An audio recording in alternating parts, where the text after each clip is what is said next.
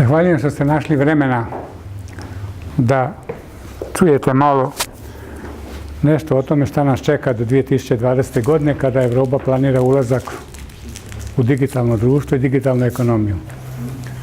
U tom predavanju, u prvom dijelu, ja ću nešto govoriti općenito o tim napredcima tehnološkim i u IT tehnologijama, o čemu pojedini od vas, pogotovo i studenti, znaju čak i više od mene. A u drugom dijelu ja ću reći neke rezultate koje smo ostvarili u Hrvatskoj u pojedinim poduzećima.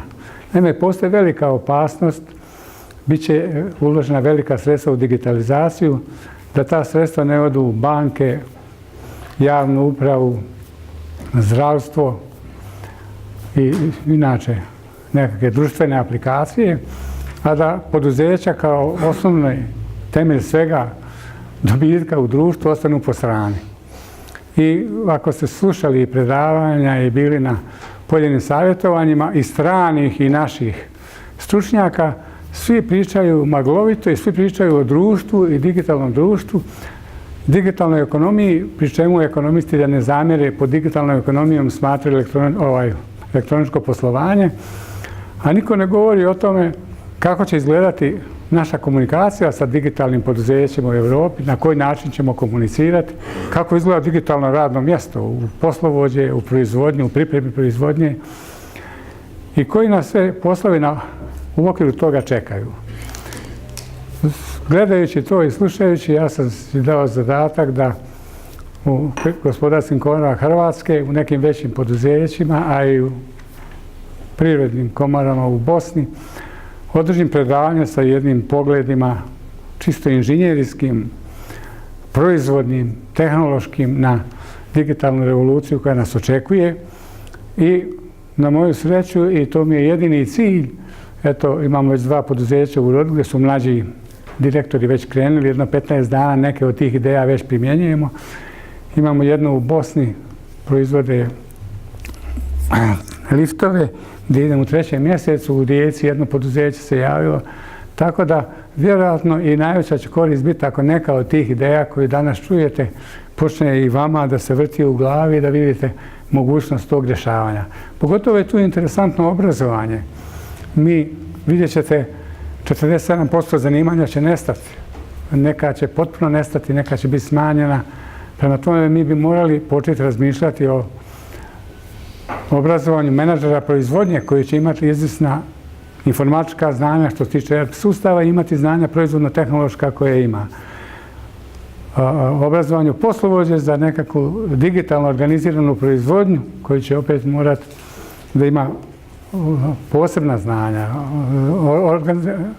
Obuka i organiziranje operatera na stroju koje je u digitalnom poduzeću gdje on na radnom mjestu dobiva sasvim druge informacije na sasvim drugi način nego što ima. Djelatnika u prodaji koji će komunicirati sa svijetom na jedan drugačiji način nego što do sada šalje dopise, pisma i tako dalje i kalkulacije. Prema tome, jasno je da smo mi toliko izmijenili svoju okolinu i svaki dan susrećete se s tim da se i mi sami moramo izmijeniti, kao što je Viner fino rekao. Ja kad dolazim u poduzeće, već 40 godina, sam u proizvodnji i informaciji za proizvodnju, uvijek kažem ako onaj ko ne zna šta hoće, direktor i rukovodstvo, nikad mu se ne može napraviti dobar sustav, jer jednostavno nikad ne zna kada je zadovoljan. Dobro je naš Červar kod rukometnih utakmica govorio, ciljajte na mjesec, čak ako i promašite, završit ćete među zvijezdama. Znači, treba imati ideje za veća, značajnija rješenja, ići postupno, pa eto, nešto će se od toga napraviti, a sve što se napravi bit će značajan korak. I nije uspješan onaj ko nema problema, već onaj koji ih zna rješavati. Najave 4. industrijske revolucije, već Klaus Schwab je to predsjednik Svjetskog gospodarskog foruma, u Davosu na tako značajnom skupu podijelio svima knjigu 4. industrijska revolucija, ističući da je to jedan od najvažnijih fenomena koji se događa i najznačajnijih promjena koje su uopće u društvu bile do sada. Znači možete zamisliti koji je to značaj predstavljao da se na jednom tako značajnom forumu to postavlja kao jedno od značajnih pitanja. Naravno, Bijela kuća još u vrijeme Obame je značajna sredstva uložila i na 3D printere i umjetnu inteligenciju i automatizaciju gospodarstva. Sad, gledajući to i gledajući Japan koji je već otišao na 5. industrijsku revoluciju gdje on tu baca akcent na ponašanje ljudi u procesima proizvodnje, Europa si dala u zadatak da ostane u tom domenu i Merkelica, kao što će vidjeti, također istaknula da je Europa tu mora biti jedna od nositelja tih novih pristupa. Ovo što je bilo ranije, zaboravimo, digitalna agenda do 2020. pretpostavlja digitalno društvo i digitalnu ekonomiju, znači da će komunikacije u okviru cijele Europske unije biti na određeni način digitalan, koji će biti jedna pretpostavka za 4. industrijsku revoluciju. U okviru toga ERP sustav kao nekakva osnovna infrastruktura svih podataka i procesa u poduzeću mora da se razvije i da ga prati. I već se sada javljaju ERP sustavi druge generacije i ovo što ćete vidjeti odnosi se na bilo koji ERP sustav koji treba oplemeniti novim idejama i inovacijama što mogu jedino inženjeri iz proizvodnje, a onda informatičari da to realiziraju u nekakva poboljšanja koja će omogućiti prilagođavanje novim uvjetima europskog tržišta, novim uvjetima tehnologije i vremena. U moje vrijeme, kad sam ja bio, da kažemo, mladi inženjer, mi smo mjesec dana pripremali ponudu, radili kalkulaciju, mjesec dana dokumentaciju. Rokove, ako nismo napravili, radili smo svugdje po bivšoj zemlji, i vani, u Sudanu, cementari i tako dalje. Ako nismo dogovorili, ako smo promašili rok, sastanemo se, popijemo, dobro se najedemo, odgozimo drugi rok i tako. Tako se živjelo i radilo. Danas neke naše pozicije koje poduzeća rade, čekaju avioni da bi ih odvezli, da bi se onu gradili negdje na terenu. Nema tu komocije više. Nexus, kod koga smo to dosta uspješno riješili, u tjedan dana dobije narudžbu, napravi dokumentaciju, napravi proizvodnu dokumentaciju, napravi proizvod i otpremi. Prema tome, nema vrijeme sasvim izmijenjeno u pristupu i načinu prihvaćanja toga. Koji se očekuje kao rezultati? Pa i u Talinu je 2017. na tom sastanku svih predsjednika država, tako dalje, istaknuti ta digitalizacija koja je jedan značajan zadatak svih zemalja. Merkel je rekla da EU mora ostati u vrhu rezultata digitalizacije društva i ekonomije. Bugarska kao novi predsjedavajući, kao jedan od 3 cilja postavlja i taj. A s obzirom da smo mi biti predsjedavajući, vjerojatno i Hrvatska mora imati nekakve ideje u okviru toga. I dok se u zadnjih 10 godina proizvodnja u Europi kontinuirano usporava, u Americi smatraju da je napredovala i Barroso fino kaže da to nije samo zadatak danas, to je zadatak da i naša djeca žive drugačije. Naravno da sad ja politički pokažem i da se ne sele iz naših sredina i zbog tih svih razloga moramo implementirati efektivnu i inovativnu IT tehnologiju. Sad ta digitalna agenda se postavila kao ciljeve. Stvaranje jedinstvenog digitalnog društva, poboljšanje interkooperativnosti, poticanje povjerenja, osiguranje pružanja bržeg pristupa, poticanje ulaganja i istraživanja u razvoj, poboljšanje digitalne pismenosti i tako dalje. I istraživanja digitalizacije u EU pokazalo se do 2016. već 16 poduzeća je u dobroj mjeri digitaliziralo svoje procese. 2017. 20% u Hrvatskoj i naravno ZABA, HEP, Telekom, oni koji imaju novaca, a mi smo uvijek direktna proizvodnja ostala po strani. Sada, koje su razvojne osnove te 4 industrijske revolucije? Jedno su zajedničke razvojne IT tehnologije, cloud computing, big data, mobile internet of things, tako dalje. Cloud computing, da pojednostavno kažemo, kao što sad plin imamo spojeno negdje pa koristimo plin, tako bi mi sa svojih mjesta bili negdje na elektrotehničkom fakultetu, recimo bio bi neki zajednički veliki računski centar iz koga bi mi svi radili. Big data omogućuje da pored klasičnih današnjih datoteka i baza podataka možemo unutra bacivati slike, tekstove i tako dalje. Internet of things znači da moj frižider mi šalje poruku ili šalje poruku u trgovini da nemam maslaca u njemu ili jogurta ili vina tog i tog i da treba da dostave, znači da se on uključuje na internet i da na taj način malte ne razmišlja. Social works, društvene mreže, svi koristite i sigurno o njima puno znate, i dronovi koji omogućavaju već snimanje pojedinih stvari i direktno integraciju njih u naše baze podataka, odnosno big data.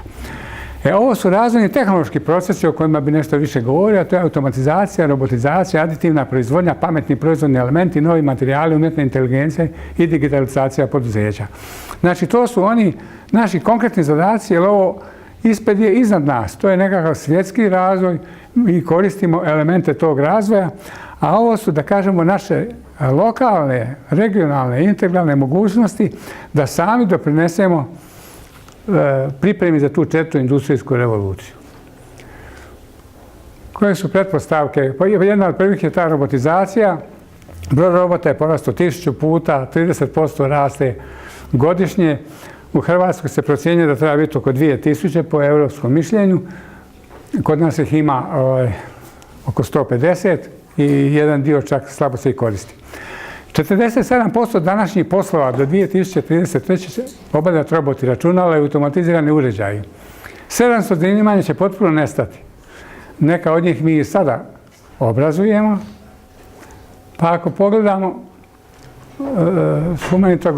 industrijski roboti ne izgledaju kao ljudi, ali postoje i humanoidni roboti koji se sad koriste i u igrama i zabavljanje djece u vrtićima i tako dalje.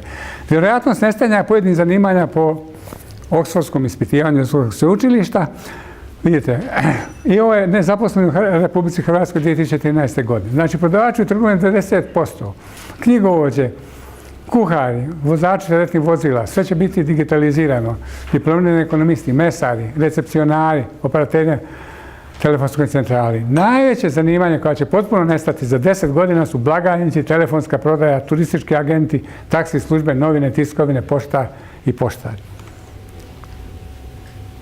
Zanimanja s malom vjerojatnošću nestajanja. Znači, pored liječnika, inženjera, razvoja, informatičara, ostaće konobari, nastavnici, medicinske sestre, fizioterapeuti, diplomirani pravnici, predškolski odgajatelji, grafički dizajneri, inženjeri kemijske tehnologije, inženjeri elektroenergetike. Najtraženiji poslovi u 2030. se očekuju učitelj, profesor, menadžer, skrbnik za starije, će biti sve više starijih. IT konzultant očekuje se 20 do 50 miliona da će trebati u Europi, stručnjak za zaštitu okoliša. Roboti će preuzeti, obrađivati zemlju, saditi, brati usjeve, voditi rudu, hraniti perad, obavljati se sve poslove koje podrazumijevaju rutinu i ponavljanja, a ne zahtijevaju kreativnost i inovativnost. U takvim okolnostima poduzetnička klasa, znači kapitalisti, neće imati nikakve koristi od ljudskih radnika koji se danas zapošljavaju i plaćaju samo zato što se bez njih ne može. I to ostaje socijalni problem. Kako izgleda ulaganje u razvoj robota? Amerika 500 miliona, Japan 150 godišnje, EU 100, Južna Koreja 100 i tako dalje. Koji su uopće poznati čovjekoliki roboti? Sam Novi Zeland razmišlja da 2020. Kandidira robota za predsjednika države. Kaže, neće griješiti, ne mogu se korumpirati, bit će uvijek na raspolaganju, donosi realne, logičke odluke, bez emocija prema bilo kome, neće biti seksualni napasnik, što su neki. I znači, bit će riješen svi ti problema i šta će biti od toga, bit će interesantno to i vidjeti. Sofija je u Saudijskoj Arabiji definirana kao stanovnik i ona čak želi imati dijete, a čovjekoliki je robot. Postoji u Japanu, roboti nisu imali u vrtićima dovoljno tih voditeljica, djelatnika koji su radili u vrtićima i uzeli su robote. Zabavlja djecu, pjeva im, uspavljuje, igra se s njima, pogađa njihove ideje, kad spavaju, mjeri im temperaturu, kontrolira zdravlje i tako dalje. Sada, kad gledamo malo ekonomsku stranu toga, robotska stanica sa pripremom 150.000 eura. Ako zamjenjuje 2 radnika u smjeni, pa u 2 smjene to je 4 radnika, ako je bruto plaća radnika 1000 eura, kamo sreće da je, puta 4 puta 12, to je 48.000 eura. Znači on se otplati za 4 godine, a zatim radi do umirovljenja i samo treba održavanje. Ne umara se, ne ide na bolovanje, ne ide na godišnji, ne štrajka, ne radi u mraku, ne pije, ne dođe nervozan zbog žene kod kuće, ne svađa se s nikim u okolini i tako dalje. Kako izgleda, recimo, jedna američka proizvodna linija gdje je sve robotizirana automobilska industrija? I sada, automatizacija je nešto drugo, ona je prenos rada čovjeka na strojeve. Dok robot može i razmišljati, mehanizacija čisto kopira naš način rada i omogućuje da se nekakvi procesi poboljšaju i u tome ima značajnih rezultata. Recimo, imali smo jedno poduzeće koje je imalo 450 radnika, radilo je 650 limenki na sat, imali su u prosjeku 10% grešaka u Hrvatskoj. Tamo smo radili sustav.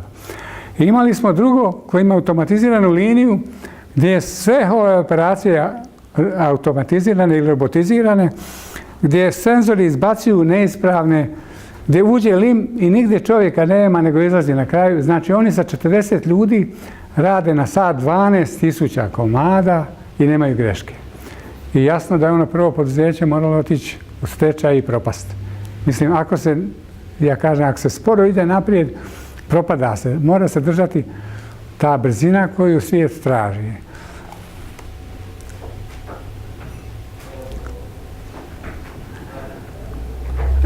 Imamo ESCO Bjelovar, gdje su inženjeri vlastitim konstrukcijama sklapali strojeve. Znači nisu kupovali strojeve, oni su kupovali pogon, kupovali su motore, kupovali su pojedine uređaje i sami sklapali strojeve gdje su automatizirali i povezali više operacija, ugrađivali to znanje u proces. I njihova proizvodnja je 150 komada na sat, Italija radi 120, Francuska 130. Znači prvi su u Europi i drže 30% tržišta Evropske unije za dvokrake opruge, sad idu u autoindustriju, povećat će na 50%. Znači za 5 godina 50% tržišta EU. Aditivna proizvodnja. Znači prije 10 godina ja sam nabavio na naš fakultet strojarski u Brodu 3D printer, neko zove razne ime. Znači to je smisao da ja imam nacrtan predmet, u CAD-u to mi inženjeri kažemo, jer to su sustavi za crtanje, gdje on ima sve definicije. Znam od kog materijala ga radim, dam taj materijal u prahu, može biti smola, kaučuk, čak i pojedine vrste metala, plastike. I stroj mi napravi ono što sam ja nacrtao. Znači nema tehnoloških operacija, nema podizanja materijala, rezanja materijala i tako dalje. To se smatra jedno od najrevolucionarnijih pojava u razvoju tehnološkom što se tiče strojeva i rezultati su već ostvareni jako velike. Znači u Londonu dođete u jedan restoran i birate iz čega želite da vam napravi kolač, on tuf, dok vi sjednete za 10 minuta on je to složio i doveo vam takav kolač. Postoje trgovine u kojima uđete i kažete, ja hoću plavu boju sa bijelim prugama, odijela, takvu dugmad, on skenira nas i uzme mjere i odemo negdje ručat, vratimo se za sat, dva, dobijemo odijelo kako smo željeli po mjeri. U Kini su kuću napravili na 2 kata, otpornu na potres od 9 stupnjeva za 10 dana na taj način. Proizvode se igračke, dijelovi strojeva, a naročito medicinska pomagala. Znači, kad mi je kuk otišao, skenira se moj kuk i napravi se implantat takav koji odgovara baš mojim potrebama, znači svakom pojedinačnom čovjeku. Još nešto što je bitno, meni je negdje, recimo sada na terenu, na mom vozilu, puko neki zupčanik, ja ako ga mogu skenirati i poslati, ja ću napraviti takav zupčanik bez ponovo da moram tražiti dokumentaciju iz neke godine, ko zna koje, šta se dogodilo i tako da. Znači, jednostavno ide. CAD model nacrtamo, prebacimo datoteku, podišemo parametre, pravljene tvorine, vađenje gotove tvorine, naknadna obrada ako šta ima i uporaba.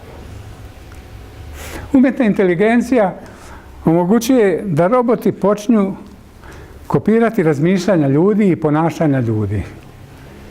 I to je značajno, ja sam jedini projekat radio u okviru toga u rudniku Banovići, gdje smo pokušali da jedan skupi stroj koji ujedno kopa, tovari, ugljen i tako dalje, predvidimo da ne dođe do kvara održavanja. I neki sustav smo napravili, međutim, dosta se to u zadnje vrijeme koristi i u vojne svrhe. I 100 znanstvenika je poslao iz područja robotike, poslali su UN-u pismo o mogućnostima, jer pošto to sve radi na internetu, šta mislite, pošaljemo vojsku da napadne nekog, a neko hakira pa je okrene nazad prema nama. Znači, opasnosti koje mogu se prijaviti u tome, jer neusporedivo je kojom brzinom računalo komunicira, a kojom brzinom mi, recimo, na mobitelu možemo komunicirati.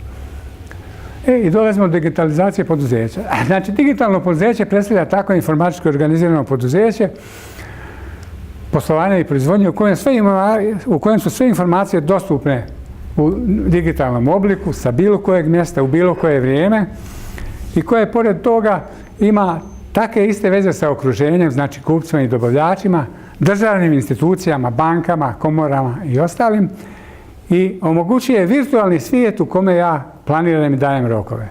Svi koji rade u proizvodnji znaju koliko je teško uvijek dati kvalitetan rok, pogotovo što nekad kupac traži rok koji je zahtjevan.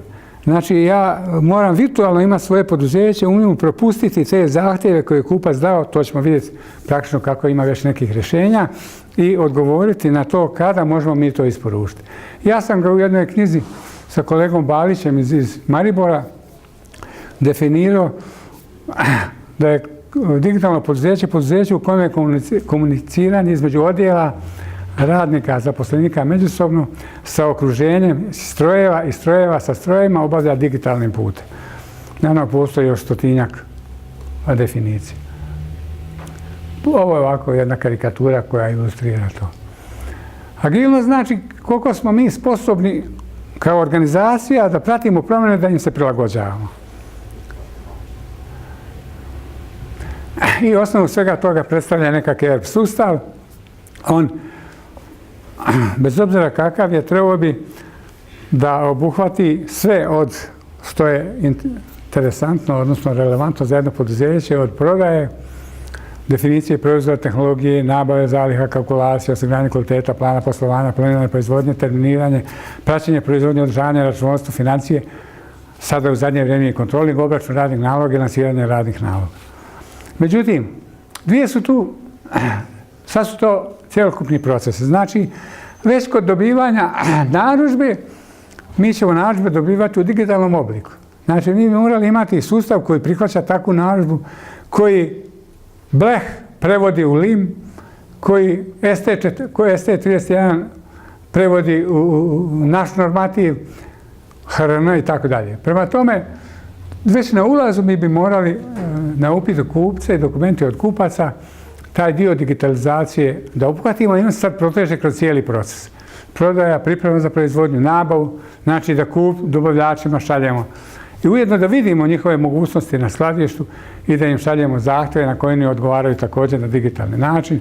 Idemo u proizvodnju o kojoj ćemo danas nešto vidjeti i otpremu.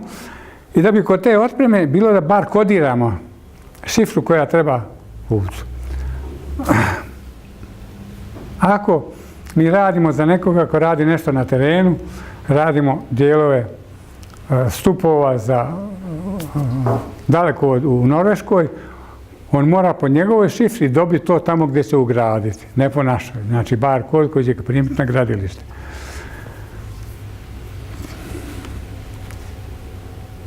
Sada, tu postoje, što se tiče ERP sustava i njegove dalje nadogradnje, dvije mogućnosti. Jedno je da uzmete standardan, pa radite polu pješke, polu tablicama Excela, pola u sustavu stvari koje vam trebaju. A drugi je da se sustav za vas skroji, što je daleko teže i za vas koji radite na tome i za onog ko radi na tome. I kad pogledamo, recimo, metalnu industriju ovdje, ja sam radio te projekte, nijedna nema nešto zajedničko.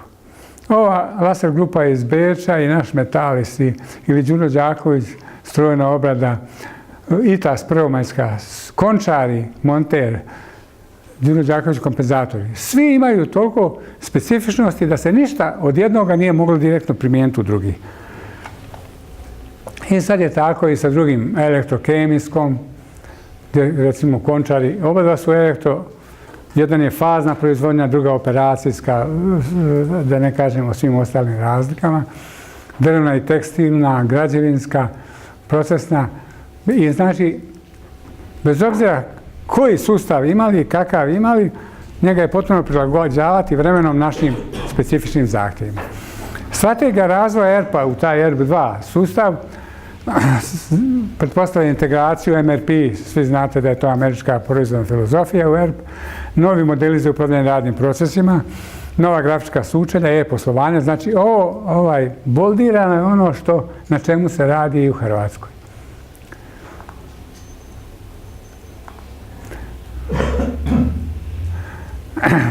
SAP je krenuo sa svojim SAP S4 HANA u kome sa tim novim generacijama, novim paketom pruža tvrtkama rješenje koje upravo obuhvaća sve te probleme koje nas očekuju. On take tvrtke, vidjeli smo tamo ima i 16% uopće, u Europi naziva žive tvrtke i bez obzira bio on u oblaku, onaj cloud computing ili normalno riješen, on obuhvaća dio toga o čemu smo mi pričali.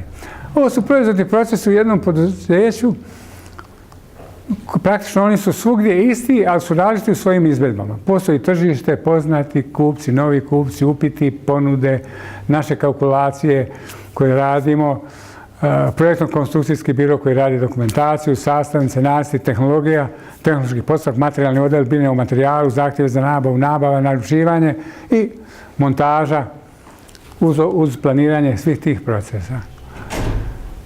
I ovo o čemu ćemo danas gledati, znači odnosi se na procese pripreme proizvodnje. Ovo su sada neki pojmovi koji će nam sad dalje trebati za razumijevanje. Znači konstrukcijska sastavnica je ono što ja kao konstruktor nacrtam da se moj proizvod sastoji iz nekoliko dijelova. Znači imam ovdje bocu, imam čep. Imamo ovdje nekakav okrugli dio koji je navrnut. Znači to je sastav tog mog proizvoda. A komercijalna je kad neko kaže ja naručujem taki 10, onda ja izmnožim ovo da znam koliko komada moram napraviti i koji materijal mi je potreban. I da mogu ja vršiti korekcije onog što je konstrukcija dala. Konstrukcija je predvidjela C1530, ja u pripremi proizvodnje znam da C1531 je isti, ovoga nemam na skladištu, ovog imam, ja ću zamijeniti već tome. Drugo, konstrukcija je predvidjela da taj dio mi radimo, da ne ide u kooperaciju, ja trenutno imam zauzete kapacitete i ja idem to dati u kooperaciju. I na kraju dolazi lansiranje gdje ja to sve spuštam u proizvodnju. Koje su sad te integracije u digitalizaciji procesa pripreme i proizvodnje? Prvo je integracija ERP i ostalih ITC proizvoda, znači PDM, CAD i ERP, CAM i ERP, znači tehnologija i ERP, Excel kojim se svi koristi ERP, RFID za praćenje ulaza i ERP, automatizacija procesa, proračun proizvoda, brza izrada tehnologije, VMS upravljanje skladišta. Digitalizacija proizvodne dokumentacije, mi smo u jednom našem velikom poduzeću, kod svakog radnog naloga ima 23 dokumenta. I sad je to ovakva prostorija puna dokumentacije kad se otvori recimo 10-ak radnih naloga. Onda se to nosi dole u proizvodnju, onda to poslovođa lista, onda to svi. A svi ti dokumenti mogu putovati digitalnim putem i mogu se vidjeti na isti kvalitetan način. Znači, umjesto da ja štampam izdatnicu i da je neko nosi skladištaru, skladištar uzma tu izdatnicu pa je unosi u sustav da je izdao tu količinu. Ja prilikom lansiranja znam šta danas radim, kao poslovođa kliknem i moja izdatnica za taj dnevne moje zadatke i radne naloge automatski skladištar vidi na svom ekranu. Skladištar korigira ako ne može izdati 98,5 kg ili je tabla od 100 kg pa izdaje cijelu tablu i zaklada taj dokument koji ide automatski u knjigovodstvo. Znači, od tih 23 sveli smo na 5 dokumenata i pitanje da li su i ti baš opravdano, jer se svaki crteži mogu vidjeti na radnom mjestu. Mi uvijek kopiramo crteže i na sva radna mjesta dostavljamo ponovo te crteže za radni nalog sa istim crtežima da bi na njemu pisao radni nalog, ponovo kopiramo crteže, tako da mi praktično jako puno vremena gubimo na tu papirnatu dokumentaciju. A eksterno, znači poduzeća sa poduzećem, poduzeća sa državnim tijelima, poduzeća sa financijskim institucijama, poduzeća sa komorama, sa obrazovnim institucijama, sa bankama, sa kupcima i dobavljačima. Koji su ciljevi tih? Znači, kako brzo odgovoriti na upit kupca? Kako brzo izraditi konstrukcijsku dokumentaciju? Digitalizacija procesa nabave materijala. Planiranje u cilju provjere kapaciteta. Digitalizacija procesa praćenja proizvodnje i obračun proizvodnih naloga. Digitalizacija prijema materijala na skladištu. Digitalizacija praćenja povrata materijala nakon rezanja, što je problem u Hrvatskoj, u svim poduzećima u kojih sam bio, 100-tinjak poduzeća, da mi ne možemo pratiti ostatak materijala koji ostane od rezanja table sa određenim šaržom i atestom. Cilj svega je nekakva sastavnica, bez obzira kakav sustav imate, ona morala biti dovoljno kvalitetna da znamo šta mi radimo od dijelova, šta radi dobavljač. Od materijala, koji je normativ materijala koji ide, koji može ići, i na kraju koji je zajednički polazni materijal ako su te pozicije koje se režu iz zajedničkog polaznog materijala. Sve više poduzeća imaju raznorazne plazma, sad već ima i vodeno rezanje, pa čak i u drvnoj industriji ima rezanje. Znači, na koji način sve to povezati da se to, da kažemo, ne mora juriti po proizvodnji da se vidi šta ima. Ovo je sustav, znači PDM, Winchill, to je u Končar mjerni transformatori riješeno i pokazat ćemo kako izgleda ta veza između PDM-a i sila. Znači, definiraju se atributi njihovog oblika i formata za prenos iz Winchilla u ERP. Winchill je, ja u njemu crtam, napravim crtež, međutim, kad radim taj crtež, ja izlazim iz njega pa idem vidjeti šifru materijala koji mi treba, pa idem vidjeti koja je šifra dijela, da se dodijeli, pa ponovo ulazim u sustav.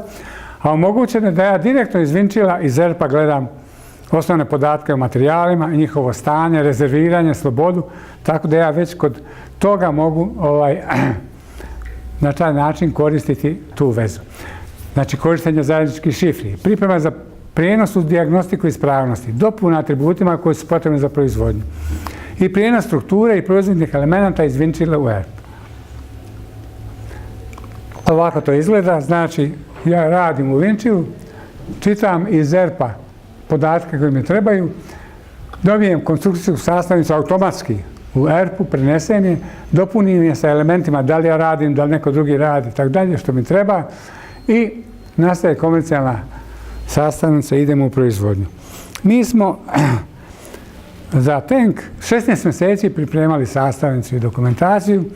Danas, puste sreće da smo u to vrijeme to imali i da je to bilo u Winchillu, mi bi to napravili za nekih 15 do 20 dana. Možete usporediti onda relaciju što se postiže sa nekakvim tim, da kažemo, inovativnim rješenjima veza između neovisnih sustava kad se integrira zajedno sa ERP-om u nekakav zajednički sustav.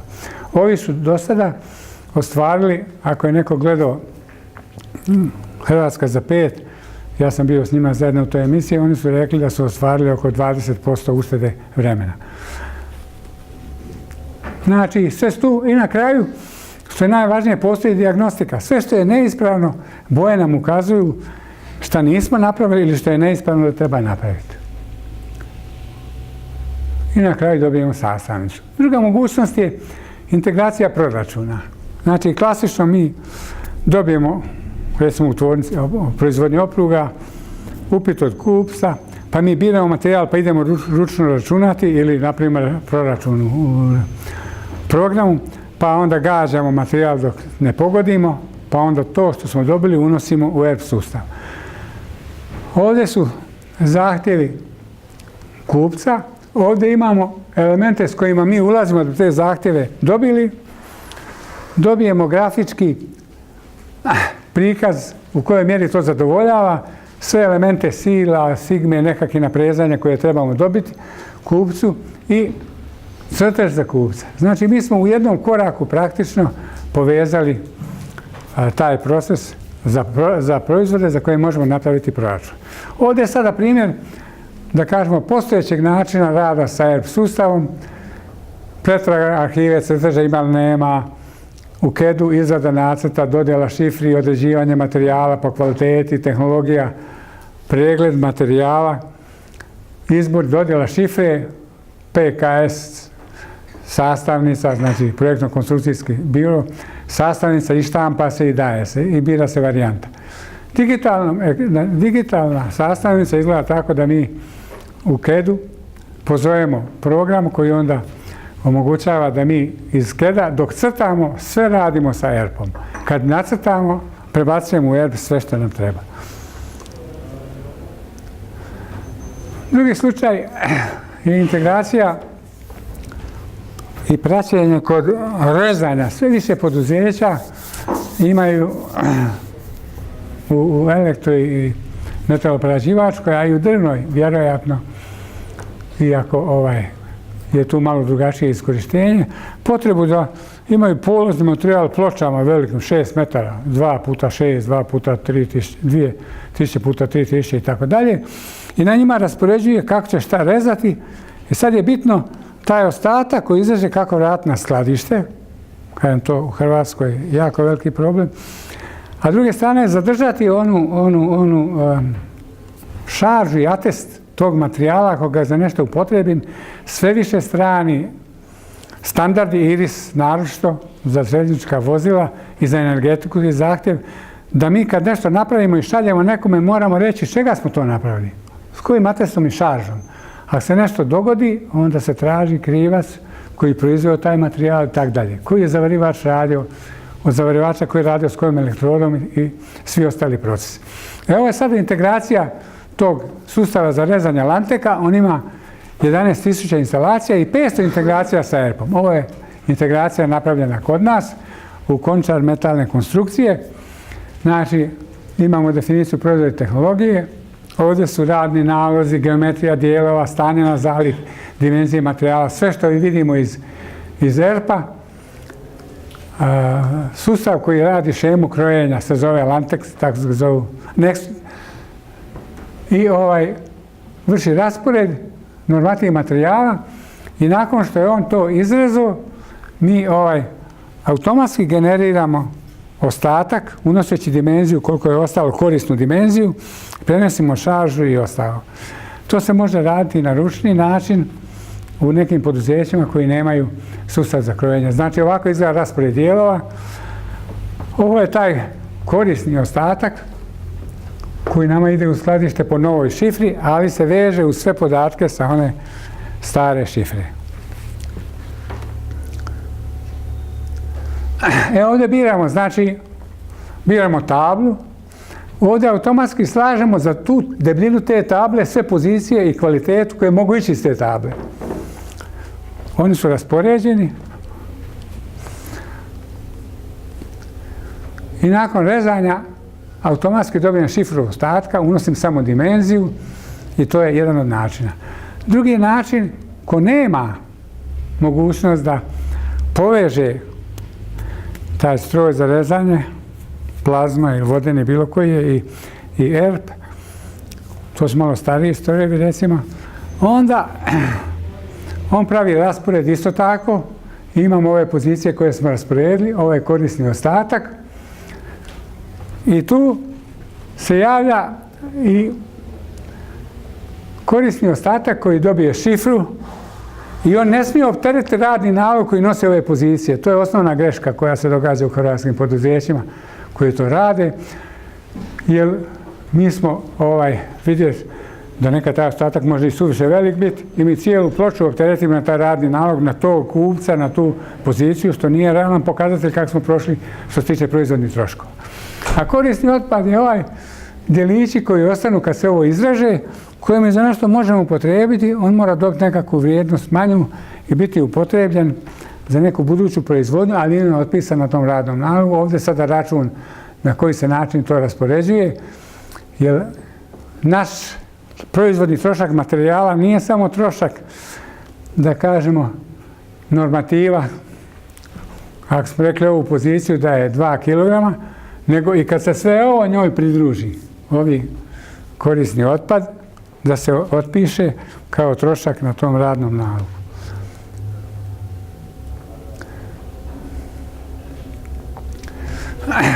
Što se tiče tehnologije, nekad je zato bilo dosta vremena i u automobilskoj industriji i u ponavljajućoj proizvodnji i danas zato mora biti vremena, radi se precizno, bira se alat, geometrija alata i biraju se kapaciteti, snaga, posmaci, stabilnost obratka, načini hlađenja. Ja kad sam bio mladi inženjer, tad su inženjeri rijetko išli u proizvodnju i došao u proizvodnju, onda sam si napravio šiber u kome sam računao brzinu rezanja i posmak za određene uvjete. Onda smo se kladili sa radnicima koji su vjerovali inženjerima, to je za njih bili neko ko nema pojma, oni sve znaju.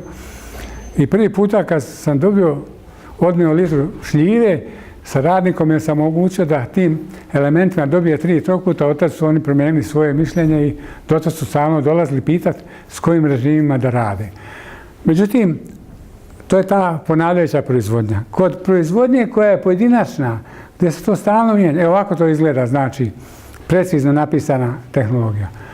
Međutim, kod pojedinačne i projektne dolaze dijelovi koji nisu isti. Uvijek se nešto mijenja, oni su slični, ali nisu isti. Kratko vrijeme u kojem mi to moramo dati, nema više vremena, mjesec dana da razmišljamo o tehnologiji, biramo alate, određujemo režime i tako dalje. Potrebe grupnih operacija, zajedničkih operacija, stvaranje pretpostavki za praćenje gotovosti u proizvodnji. Znači, ideja je da počnemo razmišljati kako napraviti modele koji će našu tehnologiju ubrzati. Jednostavno, izradu tehnoloških postupaka da ubrzamo. Pa, recimo, proizvodeći prstenove za bušotinske glave, za INU u vrijeme u Đuri, kad sam ja radio u proizvodnji, imali smo dosta velike narudžbe. Došli smo na ideju da napravimo jedan crtež prstena u parametarskom obliku. Znači, B je nekakva širina tog njegovog vijenca i tako dalje. Sve je definirano za određene oblike koji se javljaju. I sada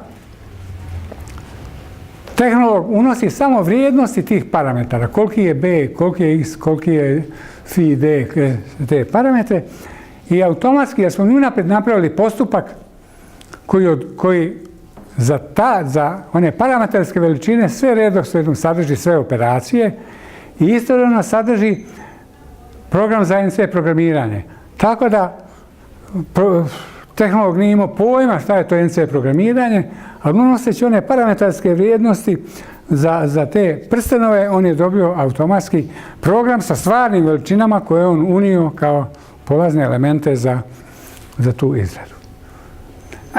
U našoj tvornici vozila imali smo jako puno pozicija koje su se rezale iz lima, pa smo napravili jednu knjigu parametarskih modela, gdje je opet tehnolog bez ikakvog znanja za programiranje, recimo za ovaj oblik, neke zaklopke, unio ove veličine i taj stroj je dobio program, automatski nastali program za plinsko rezanje.